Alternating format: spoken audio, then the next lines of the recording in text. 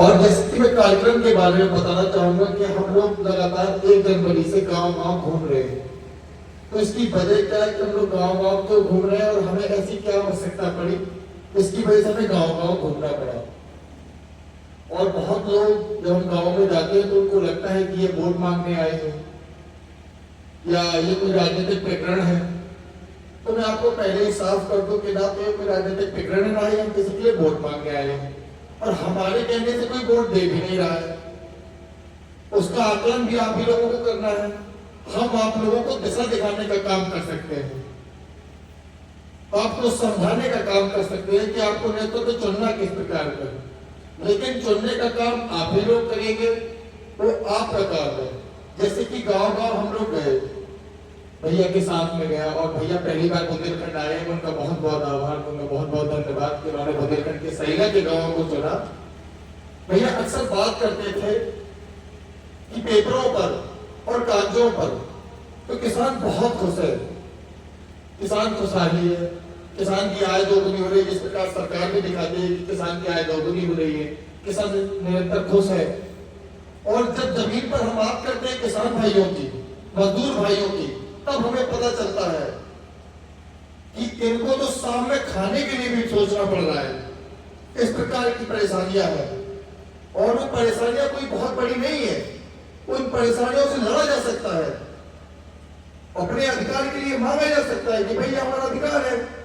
जैसे लाइट की समस्या हो गई, पानी की समस्या हो गई, खाद की समस्या हो गई। लेकिन अब अकेला किसान सोचता क्या है कि भाई अगर मैं लड़ूंगा भी अकेले तो क्या कर लूंगा इन लोगों का, शासन प्रशासन का हम कर क्या लेंगे।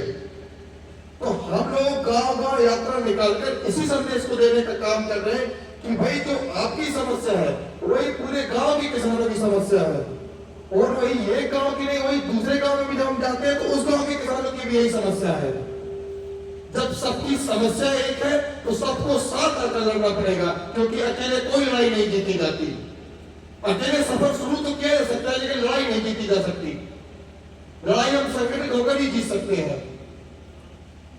तो इसी क्रम में जब हम लोग उस एक गांव में पहुंचे तो भैया को लगा कि इन किसानों की समस्याएं तो बहुत है और फिर भी कोई बात क्यों नहीं करना चाहता, क्योंकि हम लोग जन संवाद के माध्यम से कार्यक्रम रखे हैं और जन संवाद का मतलब ही होता है आपसी बातचीत, कि पहले हम बोले उसके बाद किसान भाई बोले, तब आपसी बातचीत हो और उनकी समस्याओं पे एक निष्कर्ष निकाला जाए कि हम लोगों को आगे की लड़ाई कैसे लड़नी है, कैसे तय करनी है।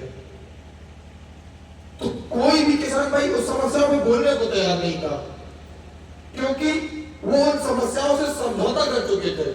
और यही हमारी सबसे बड़ी कामयाबी है और खूबी है कि जब तक हम समस्याओं से समझौता करते रहेंगे तब तक हमें अपना हक अधिकार कभी नहीं मिलेगा, क्योंकि समझौता करने वालों को हक अधिकार नहीं मिलता है।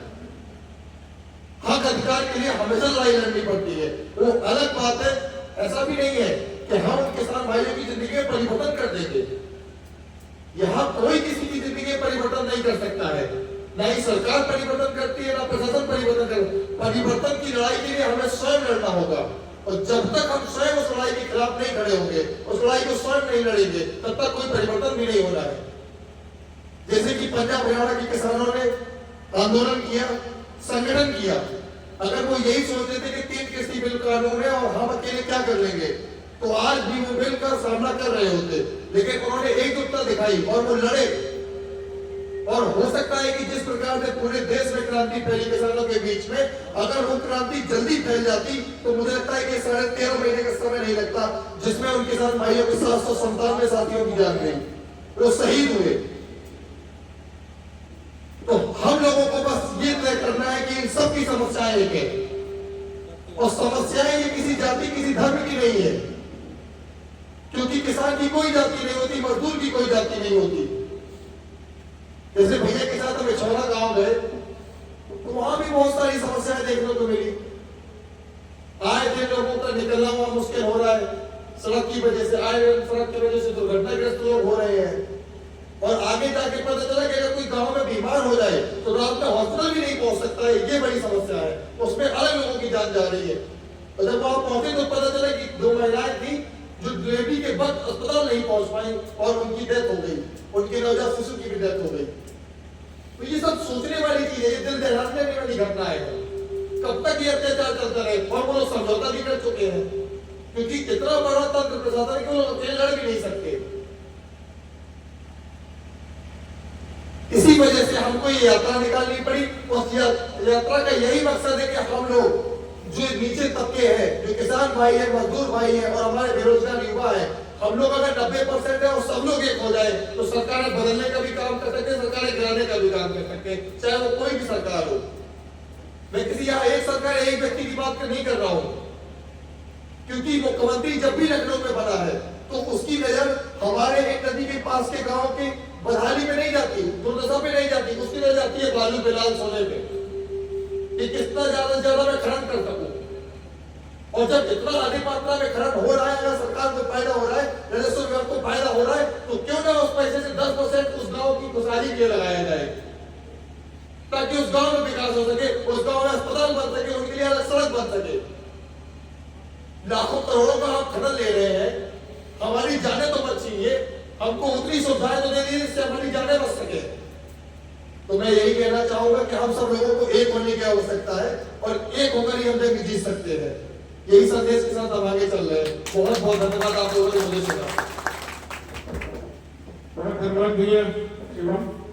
तो ज्यादा विलंब न करते हुए मैं सीधे डॉक्टर साहब के पास माइक पहुंचाना चाहूंगा। डॉक्टर साहब के बारे में बता दें, आप JNU दिल्ली जवाहरलाल यूनिवर्सिटी से पढ़े हुए हैं, वहीं से डॉक्टरेट हैं। और JNU आप सभी जानते हो, पढ़े लिखे लोग जानते होंगे, देश ही नहीं एशिया की टॉप 5 यूनिवर्सिटी में आती है। आप वहां से डॉक्टरेट हैं। मैं सीधा भैया के पास जाऊंगा और शिक्षा, स्वास्थ्य, रोजगार, किसान, युवा, मजदूर पर बात करेंगे। आदरणीय भैया।